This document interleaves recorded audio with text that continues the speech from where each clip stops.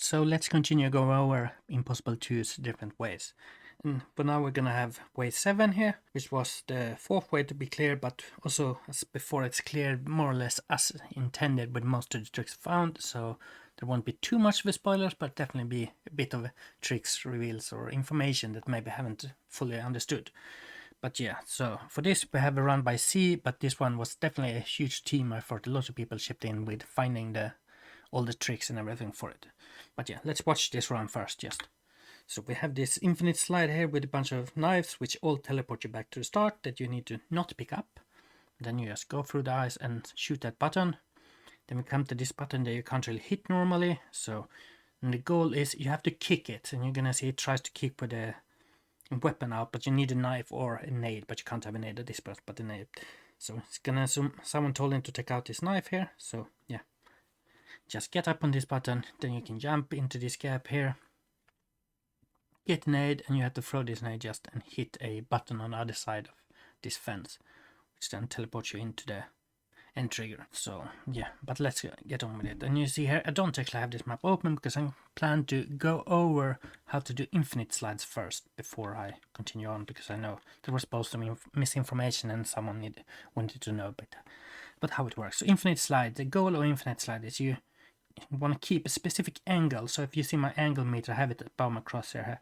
You want to keep, and if you do, I do with strafe here. So I hold the strafe against that wall, and I want to keep an angle of 11 or 10. The exact angle is on 10. That's the maximum, the best kind of. But a lot of angles will work and keep the infinite slide. But it all matters is the amount of max speed you can have on your infinite slide. And someone said, it's a bit misconception, is that it depends on how much speed you have, what angle you want to have, which is not really correct. And better to think of it as each angle, you can see the closer you have to the max and you can hold, the more max speed you can hold on your infinite slide. And if I go too small angle, the infinite slide will drop and I will just start losing speed as a normal slide. And I'm also gonna say this, for all your strafe key haters, you can do infinite slide without strafe key. I just don't know the angles for those as well, because I don't really use that, but yeah, that works too. So let's just go over here and showcase quickly how an infinite slide. So next to wall, keep an angle. So here I kept 11, that's one. I can move in a bit, I can change my angle as long as I move within the acceptable. If I move out more, then you can see I have less of a cap for what the speed I can keep here. But if I moved in this, it's okay, but I'm moving thinner. And if I move to too small speed, it's a 300 speed, which is the minimum speed you can have to keep a slide. I'm gonna drop the infinite slide. But yeah, that's just all for infinite slides. There's not too much complicated. You can, as I said, you can do this with facing forward 2 against the wall. So here in room 7, we're gonna go over here. So the trick for this first off is these knives. And when you pick up these knives, you automatically get teleported out.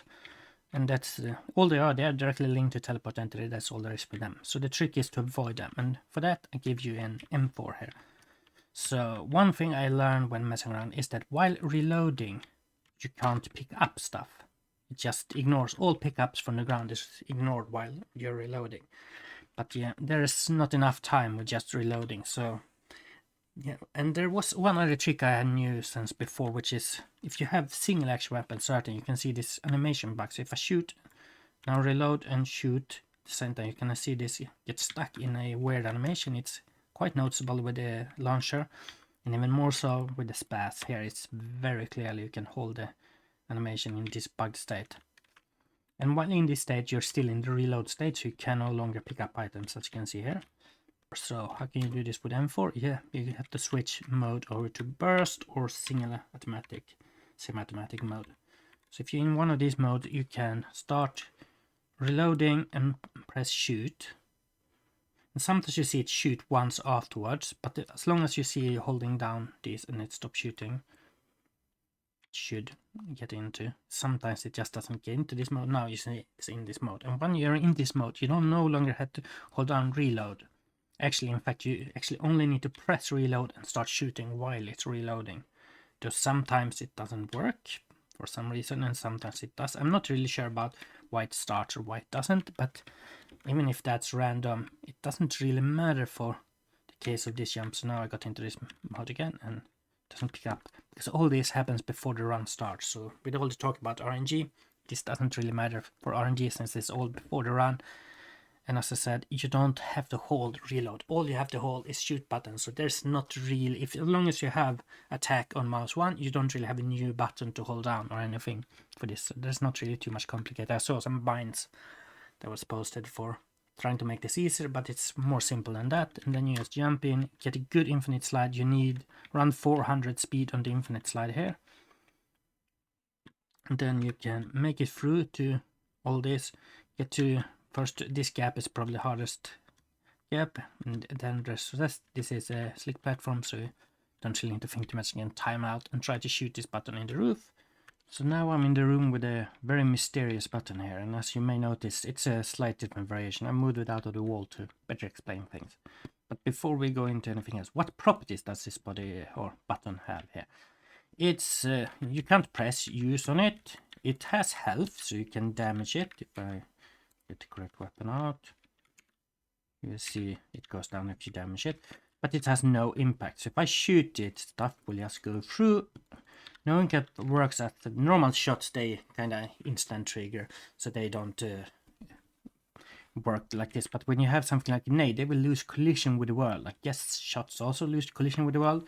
This includes players and everything else. But if you have a nade, you can cook the nade and throw it through. It starts going through the world just and explodes where it is. So that's kind of the thing about no impact, but that's not really important for this jump, just the info about no impact. But one more thing this button here also have is the surface palm, body and corpse. So corpse is mostly just to counteract thinking about body. So let's go. What does body is? Yeah, well, body is the same thing that the player itself has. And you can't grab a player, so you can't grab this. You can't wall jump on other players, so you can't wall jump on this. And yeah, there is a few more properties, and there's some bugs with multiplayer if you overlap thing stuff. But one more thing about body, the way Ghost is coded is, if Ghost is on, you ignore the collision of other players. So that's why corpse is there, because I don't think it's used anywhere in this game. It's a leftover, I think. But corpse kind of works as the opposite of body. So when body is turned on, so you can walk through, or ghost is turned on, so you can walk through bodies, then corpse becomes solid instead. So it kind of works to negate the thing, so you can't just turn off ghost and walk into this, or turn on ghost and stuff like that. But so that's the properties of this. So how would you then interact with this when you can't shoot it or press it or anything? Well, you can kick it, because you can kick other players. So the way kicking works, if you're up close against them and jump while you're moving up, it should kick, but it didn't work here. Well, that's because for some reason kicking only works in a few angles, and that's why it was against the wall. So if I go behind it, it's easy to kick. The angle here is free. If you aim a bit more to this side, it still works. If I continue aiming more on this side though, it will stop working.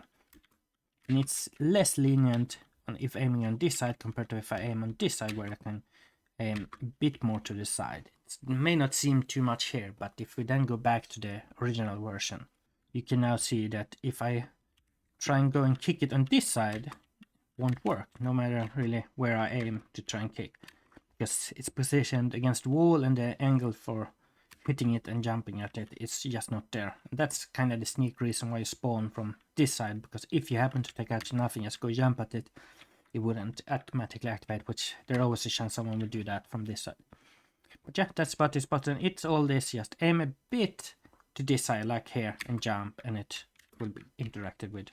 Go down, so you can get up on it, and then just jump through. Make sure you crouch, because that's a no grab hole. But yeah, for the final trick, this is a bit lenient, it's quite easy. There is a bit of unintended that you can just time your nade to explode right next to this wall so it explodes through. That's not the intended solution for this, because if you throw a nade into the sky, you can see it goes into the sky before it goes out and explodes. It's a bit hard to see how it goes out now. But if you then cook a nade, you can time it so it explodes partly inside of the sky. It's quite lenient how much inside the sky it is, so that's not very difficult to time that. But yeah, if you have the nade explode inside the sky, it will easily hit that button and you will teleport through to there. So now that's interesting. We have both the frag element jumps done already properly with all tricks.